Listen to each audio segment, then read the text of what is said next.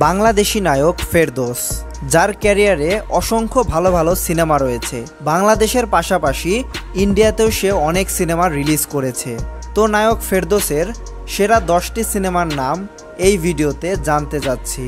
তো 10 নম্বরে ফেরদৌসের যেই সেরা সিনেমাটি রয়েছে সেটি হলো কেন ভালোবাসলাম। এই সিনেমাটি রিলিজ হয়েছিল 2001 সালে। এরপর 9 নম্বরে রয়েছে যত প্রেম তত জ্বালা। এটি 2004 সালে মুক্তি দেওয়া হয়। এই সিনেমায় ফেরদৌসের বিপরীতে অভিনয় করেছে শাবনূর। এই লিস্টের 8 নম্বরে রয়েছে ফুলের মতো বউ, যেই সিনেমাটিও 2004 সালেই মুক্তি দেওয়া হয়। এই সিনেমাতেও ফেরদৌসের বিপরীতে অভিনয় করতে দেখা যায় শাবনূরকে। এরপরে আসি তার 7 নম্বর সিনেমার কাছে। তো 7 নম্বর সিনেমাটি হলো এই মন চায় যে, যেটি 2010 সালে মুক্তি দেওয়া হয়। এই সিনেমাটি বলিউডের হাম দিল দে চুকে হে সানামের রিমেক। এরপরে আসি এই লিস্টের 6 নম্বর সিনেমার কাছে, এবং এটি হলো হঠাৎ বৃষ্টি। এই সিনেমাটি 1999 সালে মুক্তি দেওয়া হয় এবং দর্শকের অনেক জনপ্রিয়তা পায়।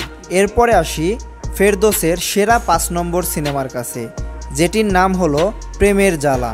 এই সিনেমাটি 2001 সালে মুক্তি পায় এবং এই সিনেমার গানগুলো অনেক ভালো হওয়ায় দর্শকের মাঝে অনেক জনপ্রিয়তা পায়।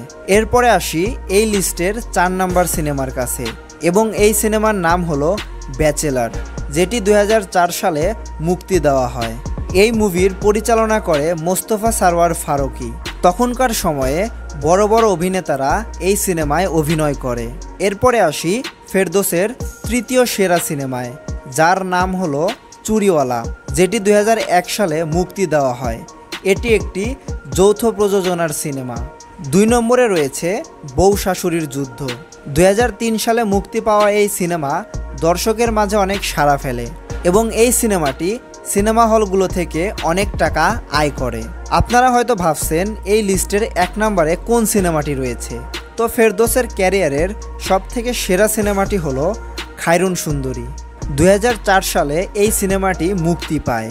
এই সিনেমার খায়রুনলো গানটি তো আপনারা শুনেই থাকবেন, যেটা সবার মাঝেই এখনও জনপ্রিয়। তো এই হলো ফেরদৌসের সেরা 10টি সিনেমা। লিস্টটা সম্পূর্ণ আমার নিজস্ব পছন্দের ভিত্তিতে বানানো। তো এই 10টা সিনেমার মধ্যে আপনার কোন কোন সিনেমাটি পছন্দ কমেন্টে জানাবেন। আর ভিডিওটি ভালো লাগলে অবশ্যই চ্যানেলটি সাবস্ক্রাইব করবেন। ধন্যবাদ ভিডিওটি দেখার জন্য।